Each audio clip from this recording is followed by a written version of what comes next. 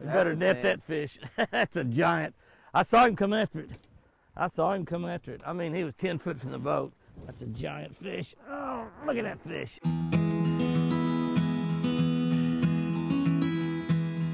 Hey guys and girls, as you know, I have been in a quest to try to catch the Oklahoma State record.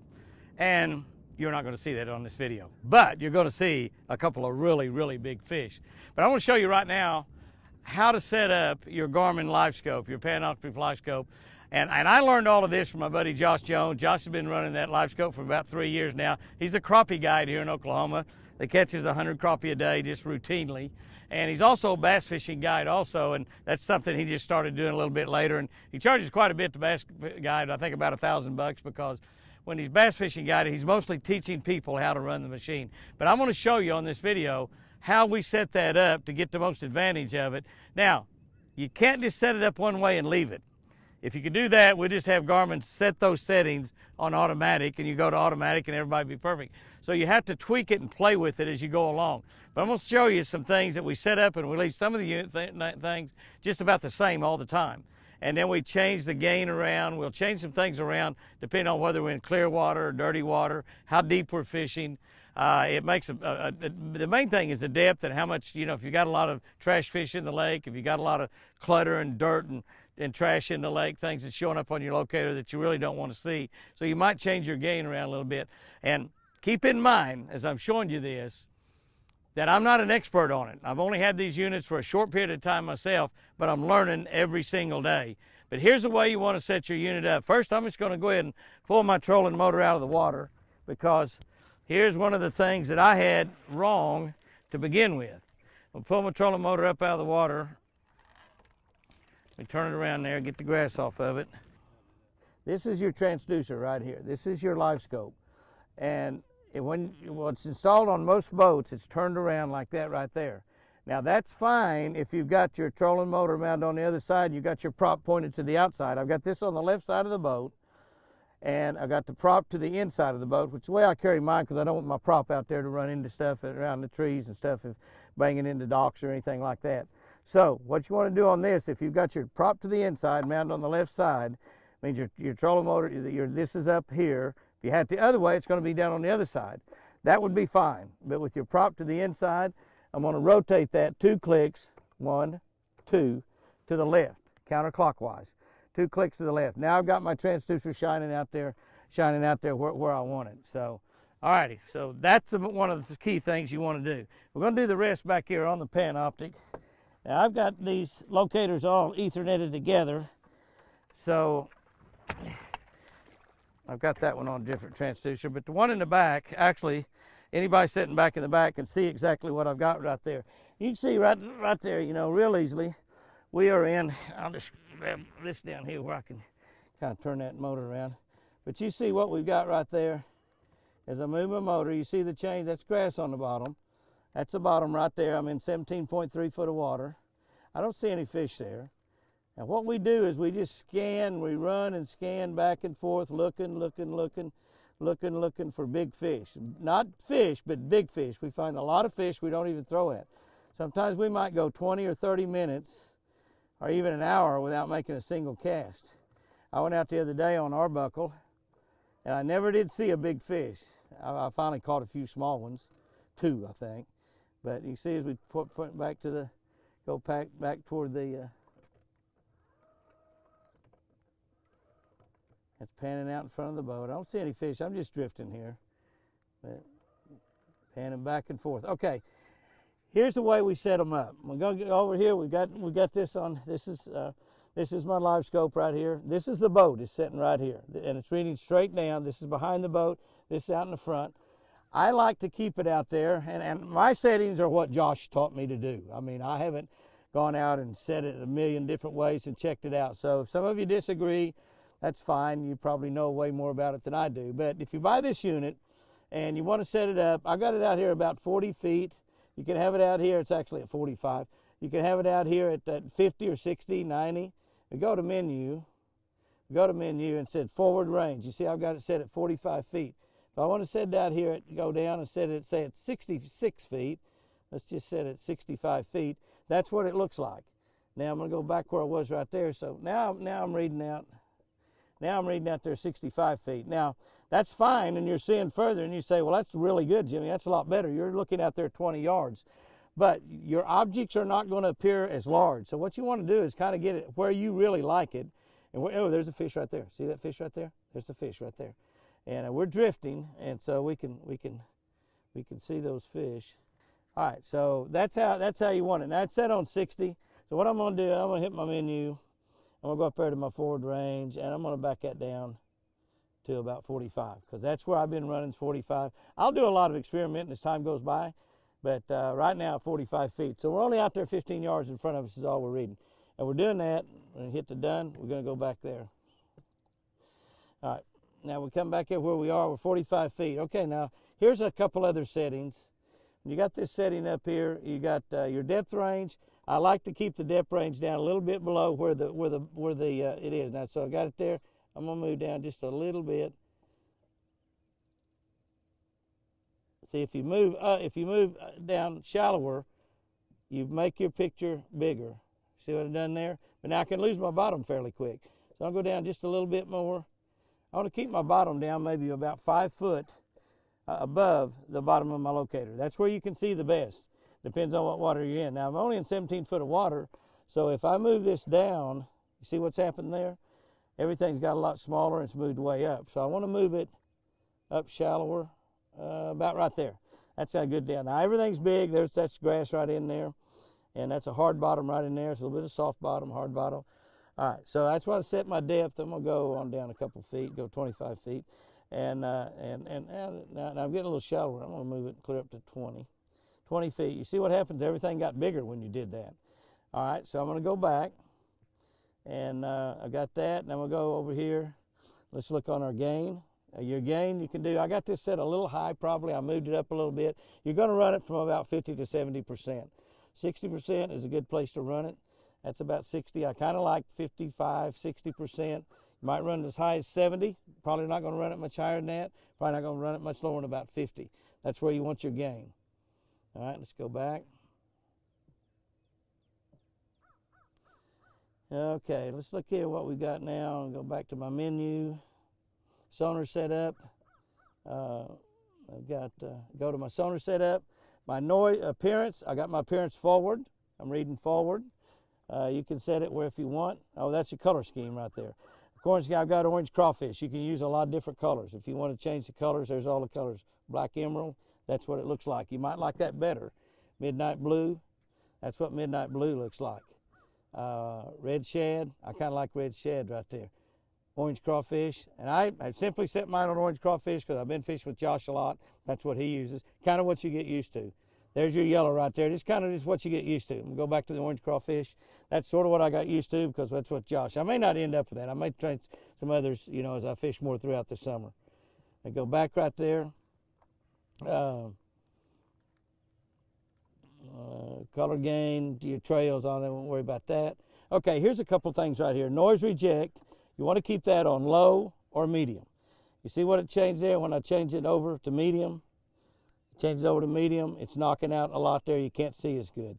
So you can have that on medium there if you want, but and same I'm gonna put it back on low. All right, I'm gonna go I got that on low. Yeah, I got it on low. I'm gonna go back there. I got that on low. Your TVG, you can put that medium or high. Again, run that on low if you can. You might have to run that on medium. Again, go back. And that's really what you want there. That's about the way you want it set up right there. And as you move that around, you know, as you go down through there, you want to go back and forth, and you're looking for fish. All right. Let me stand back up now. All right, I'm gonna go back.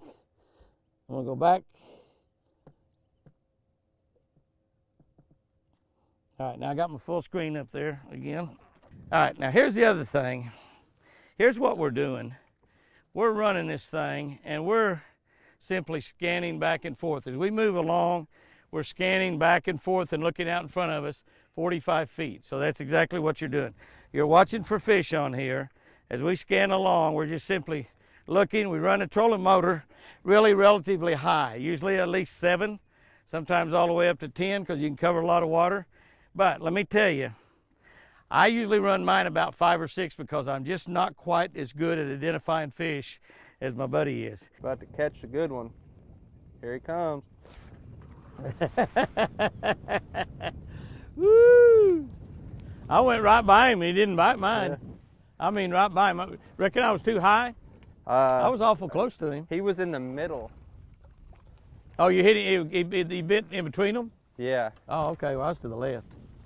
Yeah, that's a good fish. That's just how close you can miss them right there. I thought the fish looked like he was to the left of that. To me. I thought you were going to be right on him. Yeah, I thought he was to the left of it. I can see both trees. I can see the fish to the left. He runs his on 10, panning back and forth, back and forth, back and forth, looking for a big fish. Now, you're not just looking for fish. You're not looking for a wad of shad. If you see a wad of shad, you see a big fish on them, that's what you're looking for. Usually, if you see shad, a big bass will be above the shad. Not be below it, but above it. Got him. He looked bigger than that. He did look bigger than that, didn't he? I saw him coming after it. Yeah, I saw him coming after it. It's a nice fish. Will this belly land nose. Look at there, he's hooked in the eye. One of the things you have when you got that Alabama rig is you got a lot of hooks out there. So you can hook them about anywhere. Well, he won't even lose his eye. That's the smallest one we've had. But I want to show you something here, and I don't understand what this is. You see I hooked that fish over here, but look at the other side of this fish. And I don't know, he's lost that eye, and it's actually infected all the way around. I wish there was a way that I had something I could doctor that fish. Look at this, Josh. You ever seen anything like that? I've never seen anything like that. I don't know what that is, and I've never seen anything that's infected like that. I don't know, it's something, but he's got an infection down there. Poor guy. And the fish is perfectly healthy. He looks good. You're not getting any sugar. I just got to tell you, I'm sorry about that. But you're not getting any sugar. Here's 2 or 3 keys that you need to remember if you're trying to catch your personal best, your biggest bass ever. Maybe the biggest bass in the lake that you're fishing. You want to be looking for big fish. So you look for a big fish. If you put a big umbrella rig on and wind it in, that's kind of about what a big fish looks like. He's big. He's a lot bigger than the other fish that you see on there. Your fish will show up the way I've got it here. They'll show up as big white specks. See, like look at that fish right there. Look at that fish right there. Look at that. That's a good fish right there. That's a big fish. That's the kind we want. When you bring your bait by, when you're pointing at that fish, keep your locator pointing right at that fish. Bring your bait by, you will actually see that fish come after your bait. One of the frustrating things that you have in this type of video game fishing is you have a lot of those big fish that will follow the bait and not bite it. Ah! Kills me. They follow the bait and not bite it. They'll follow it and then boom, go right down the bottom and disappear. You'll not see the fish that's laying on the bottom very often. You'll not see the fish in moss or grass very often. You'll not see a fish in a real thick tree. They got to be in trees that don't have many limbs on them, laying right out beside them. They shine like a new dollar. Once you kind of get accustomed to what you're looking at, and it takes hours to do it, but once you get accustomed to looking at it, you can find big fish. But if you're going to go search for a hunt for big fish, or PB, maybe the biggest fish in the lake, maybe a new state record, you've got to be resigned to the fact that you're not going to catch a lot of fish. A sensational day would be to catch like 15 or 20 bass. I mean, that's where they're really biting. But most of the time, you see a lot of fish, and they don't bite. Here's some other things to keep in mind. Big bass are mostly going to be moving. That's right, moving. That sounds strange, but big bass will mostly be moving. If you see a fish that's sitting still, a big one, probably not a bass, probably a gar or a carp. A gar, you can kind of tell them because they're long, skinny. A carp looks a lot like a bass. But if he's sitting in one spot and he's not moving, it's probably a carp, not a bass. But if that fish is moving, the big giant bass are constantly moving. That's the biggest surprise to me in this type of video game fishing, is that the big ones are constantly moving. And in fact, one of the keys to be able to catch them is when they start moving is to watch which way they move, throw your bait out in front of them. Got him. Got him off that tree. All right. Oh, yeah. Oh, that'll work. That will work. He wasn't very deep, was he? About 2 feet under the surface in front of that tree. That's all I knew. It was really shallow. Oh yeah. We're looking for his mama. Pay attention on your scan. Are they out here 20 foot away from the boat? They 35 foot away from the boat? They 40 foot. If he's 15 foot in front of the boat, you don't want to make a 40 foot cast. You just throw it out there about 15 foot, drop it down, keep it above him. Drop it down, wind it in above that fish. Whether you're fishing a swim bait, a crankbait, a spinner bait, we've been catching them early in the year on an Alabama rig. As we move later into the year, I don't know. This is brand new to me. This is the year 2020 is going to be, it's just going to be something to figure out how to do all this and get better and better at it as the time goes on. It's like a brand new way of fishing for me.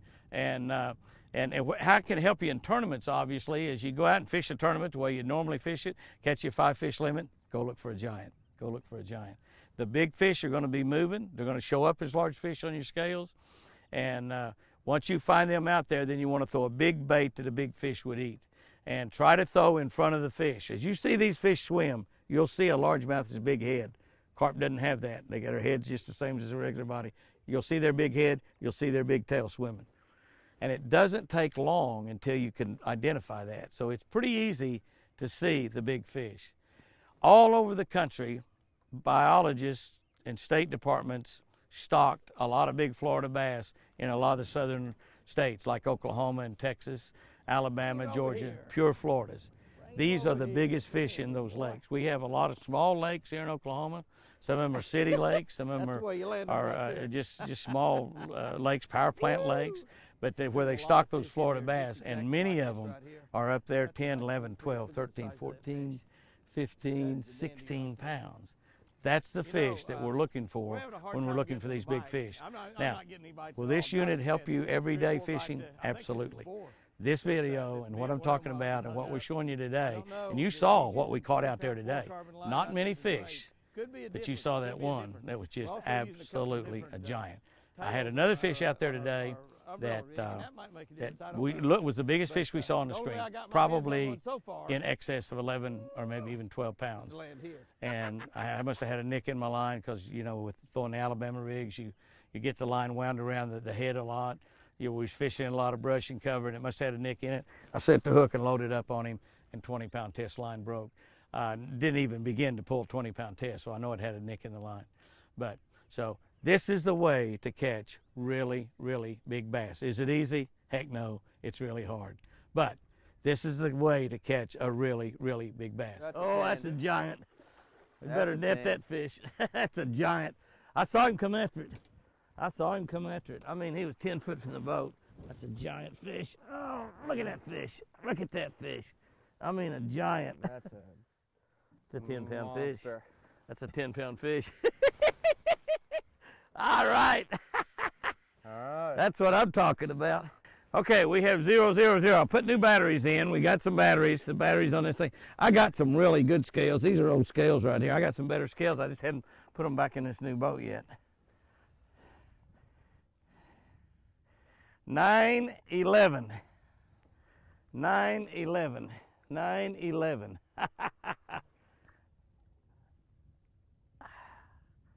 9/11. That's just pretty close to a 10-pounder. Well, that's all I can say.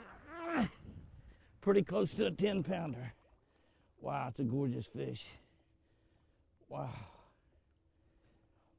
That fish was swimming back down now. That fish was swimming just like that other one was. We've caught 2 fish up here in this 4 foot of water, and then both of them been swimming. They just been swimming and moving. And we actually, when we saw that fish, Josh finally caught it 20 yards from where we first saw it.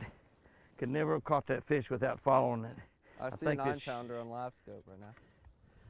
Live scope and a 9-pounder. He said it was an 8-pound fish when he saw it. Way to go, dude. All right. Let's do it again. Your turn. Yeah. You remember you said sooner or later I'm going to catch a bass that beats that 13-1, and I'll probably do it seeing that fish on a live scope before I cast at him. Guys and girls, we hope you enjoyed this video. I know we didn't have a lot of fish on it, but they were big fish. It's difficult fishing out here, but it's a great way to catch your PB bass. That's it, your personal best bass. Don't forget to subscribe to Jimmy Houston Outdoors YouTube. Hit that little bell button. We're going to be having tons and tons of how-to videos to help you catch not only big fish, but a lot more fish too. Have more fun doing it. Guys and girls, I love you.